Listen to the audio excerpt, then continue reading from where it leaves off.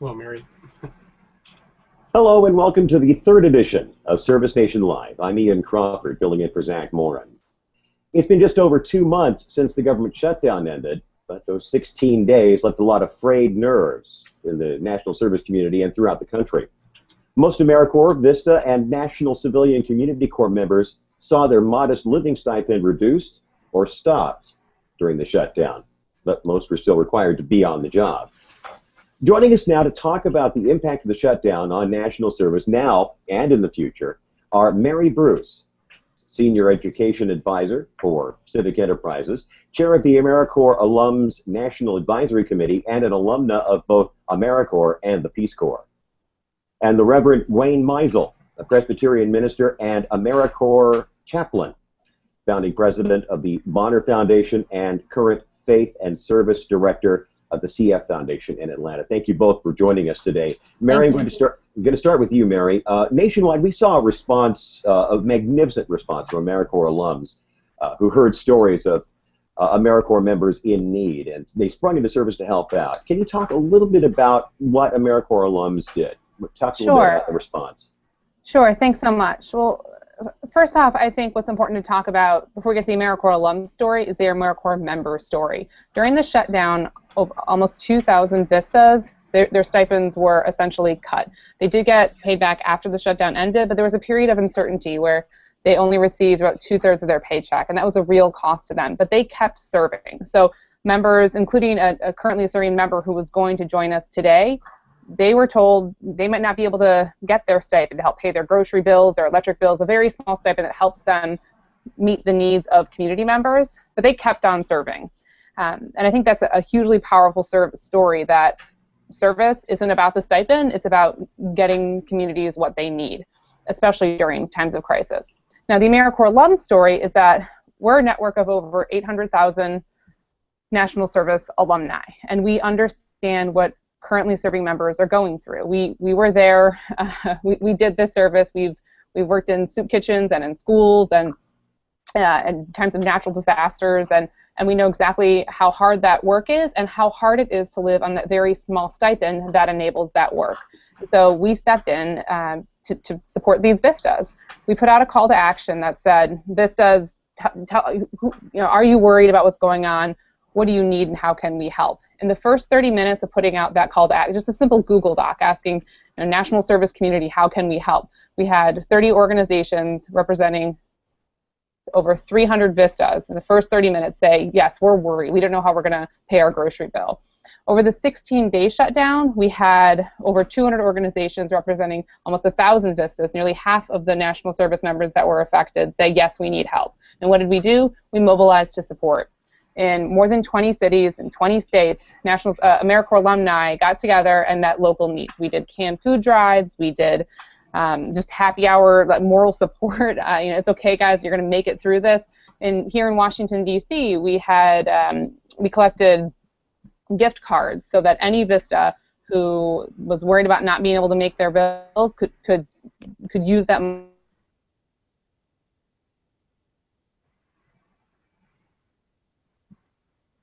I think we may have lost Mary's connection. To meet their most basic needs.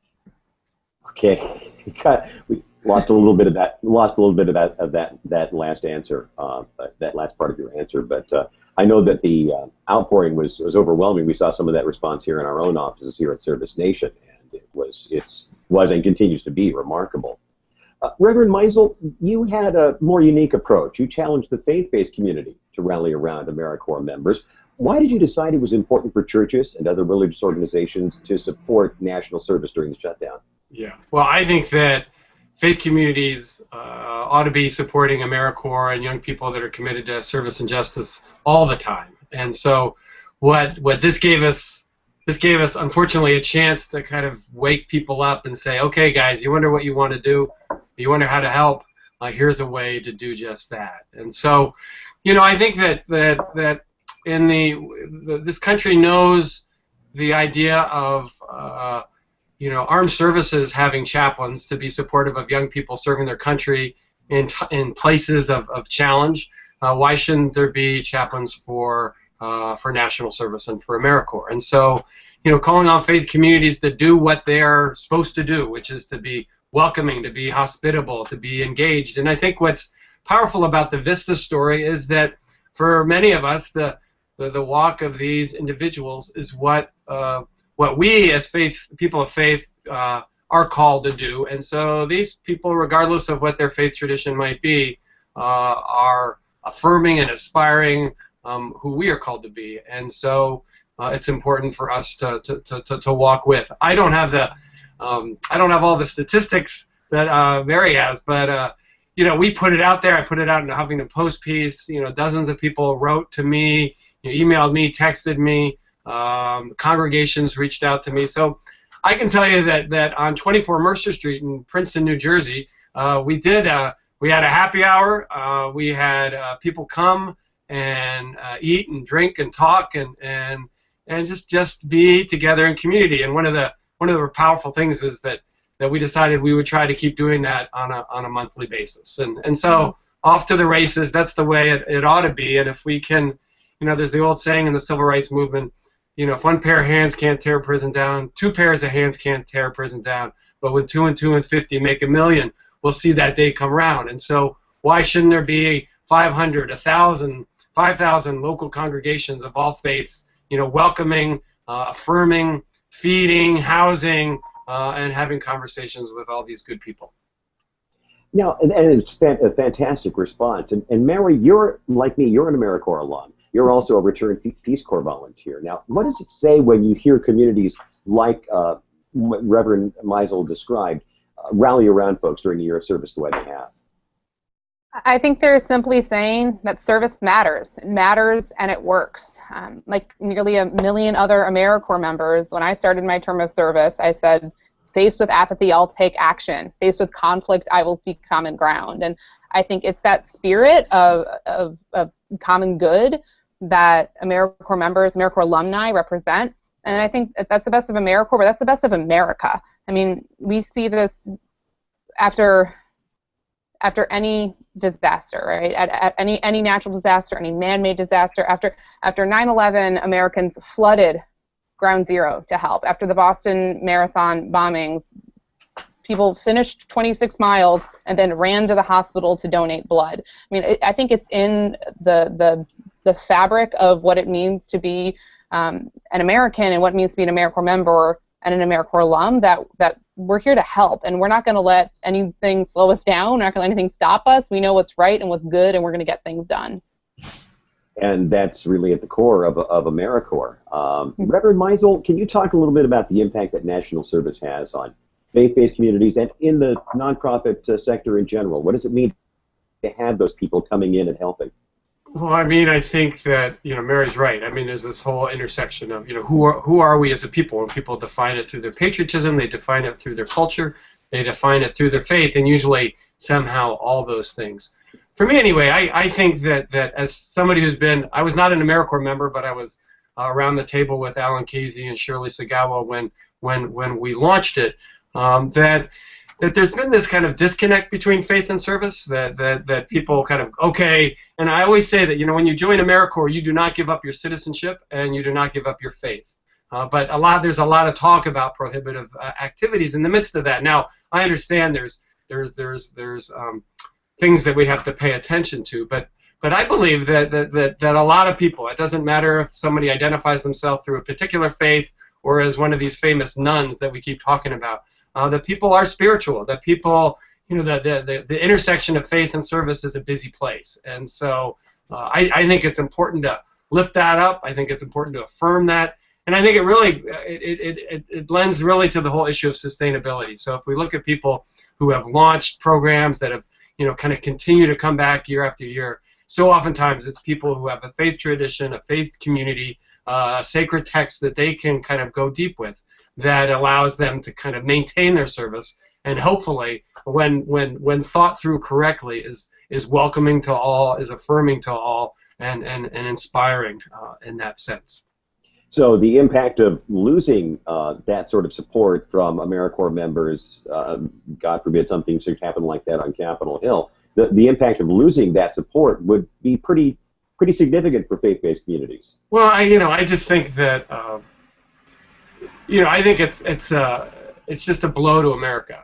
It's a blow to I have four teenage boys, and they're sitting there going, what? Why are we feeding these folks? That why do they not?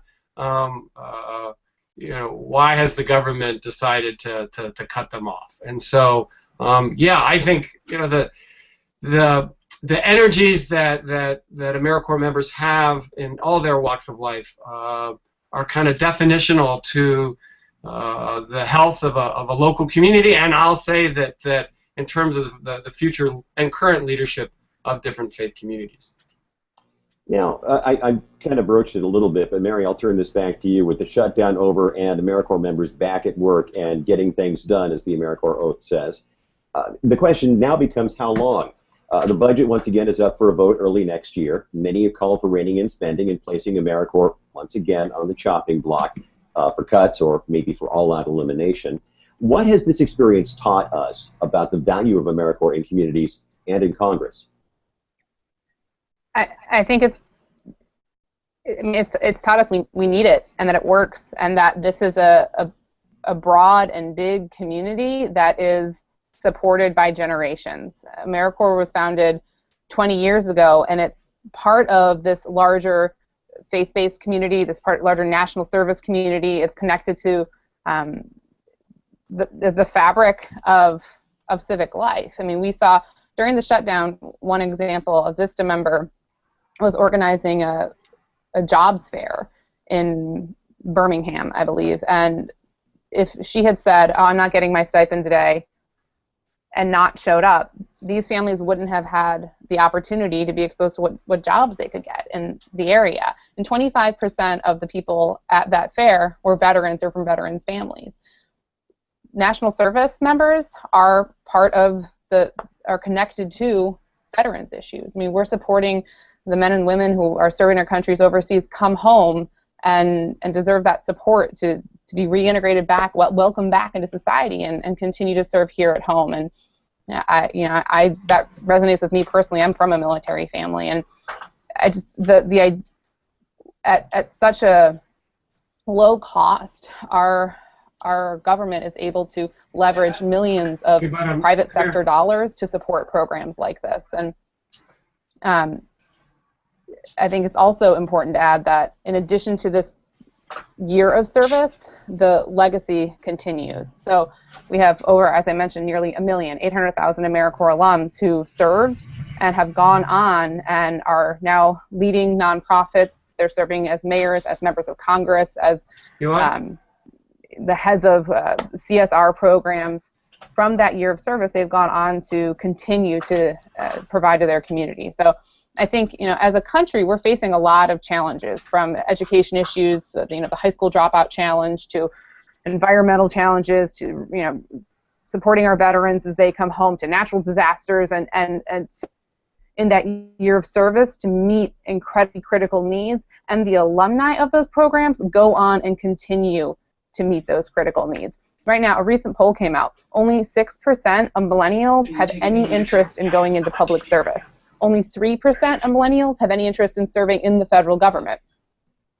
And what that means is that these AmeriCorps members and AmeriCorps alums, they've already raised their hands. They've said, "I'm ready to serve. I've served. I'm a proven leader. I believe in this. I want to make America better and stronger." And they can continue to grow as leaders. So when we know that we need more people to help address the dropout crisis, to make sure more kids graduate and go on to serve healthy and have healthy and productive lives, when we know that there's another Sandy is around the way and we need people to be trained and ready to meet that need, we have this pipeline of leaders and Corps members who are ready to serve and ready to step up and continue to grow America. And without that, it just doesn't seem like an option for me.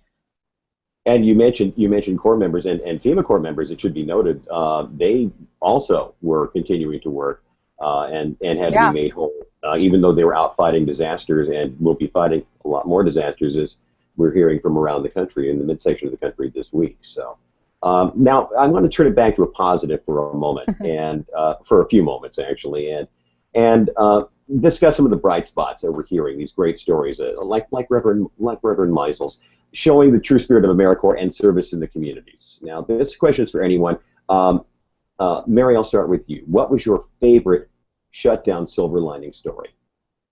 My favorite shutdown silver lining story. I think the big story is so exciting that currently serving members. You know, I did the Peace Corps and I did AmeriCorps, and you think about Peace Corps and it's somebody in a village off by themselves, not surrounded by a community, but that's not true. You're part of this bigger community. You're in the community where you're serving, and you're part of this broader fabric. And what's so exciting to me is that during this time of great uncertainty, we said we're gonna get together and figure this out, and that happened organically and quickly. It just shows how powerful this national service family really is. And I'll turn the question to you, Reverend Meisel. We have your mic muted for just a moment. You'll have to unmute that. But what was your favorite silver lining story? And I think we still have you muted, so we'll have to, if there's a little icon you can press that will unmute that.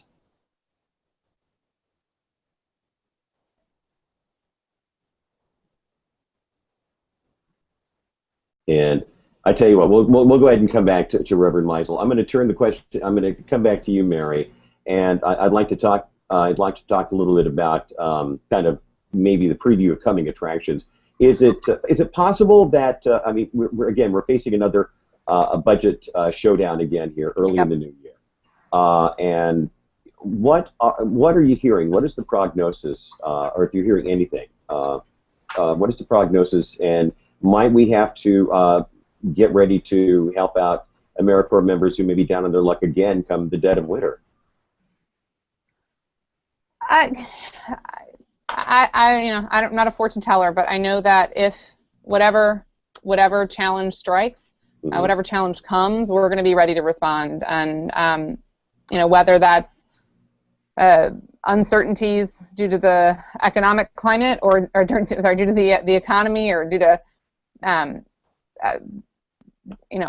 heaven forbid, another Sandy or another natural disaster, or due to uncertainties on Capitol Hill, I know that we'll be able to respond. And I think the better scenario and the hopeful scenario, and the one that I am encouraged by, is that members of Congress understand how important this is. And I think when you sit down and talk to a member of Congress and you talk to them about the Habitat for Humanity, the Boys and Girls Club, the Teach for America, the programs that they know that they themselves serve with, they get it. They get that this is a powerful asset that their community benefits from. So I'm encouraged and hopeful, and I think the more that we can tell the story of the Vista member who raised their hand and are living at a small stipend and leveraging that opportunity to provide critical services and do community development so that more people can have healthy and productive lives. I think the more we can tell those stories, the more members of Congress will champion that, and we'll just keep growing this national service family. Okay. Now I believe we have everything ironed out now on Reverend Meisel's side. Not yet. So I'm looking over here at our producer. I think we'll go ahead and I think that's about all the time we have. We thank you both for joining us, Mary Bruce and Reverend Wayne Meisel. A huge thanks to our panel, and thank you for joining us today. Also, thank you to everyone who joined us today. Apologies for some of the technical issues. It's live television. And we'll be back next month with new guests and new questions for you. Now, let's keep the conversation going. You can go ahead and chime in on Twitter at ServiceNation, or on Facebook at facebook.com/ServiceNation. Or join us on our website at servicenation.org. I'm Ian Crawford. Thank you for joining us. So long.